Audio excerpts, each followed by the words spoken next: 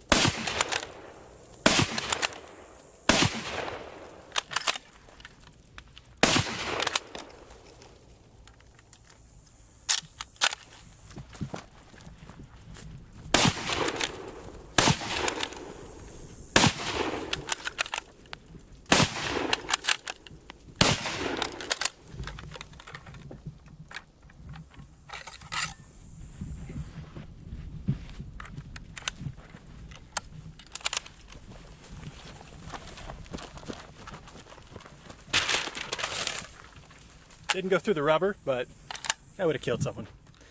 All right, let's take a look at how I did. All right, so on the initial engagement, when I was running and reloading, I got 7 hits on the steel, so pretty small silhouette. Pretty impressed. That guy's definitely dead. Got a neck shot, and then 1, 2, 3, 4, 5, 6 torso shots on the run. We'll move over here to the actual paper target. we can see I actually did very well. 1, 2, 3, 4, 5, 6, 7, 8, 9, 10, 11, 12 hits. Obviously I missed some of the hits. I'll put the totals, hits versus misses, right here. But all in all, I can tell you, running and gunning with this was actually a lot of fun.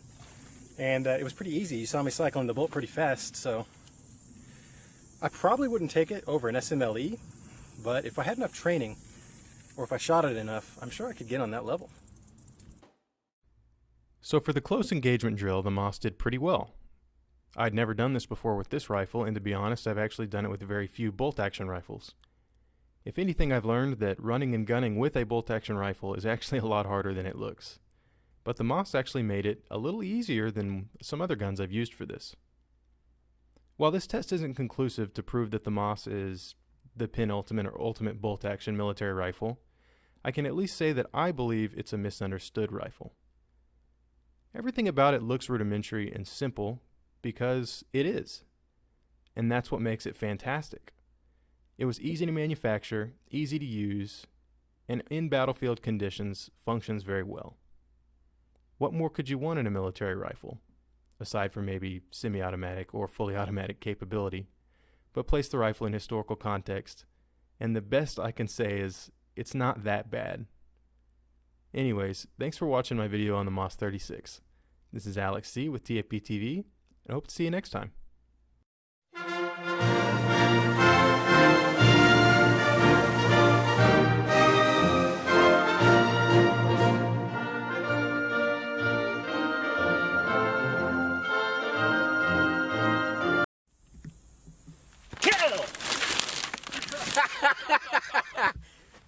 Oops.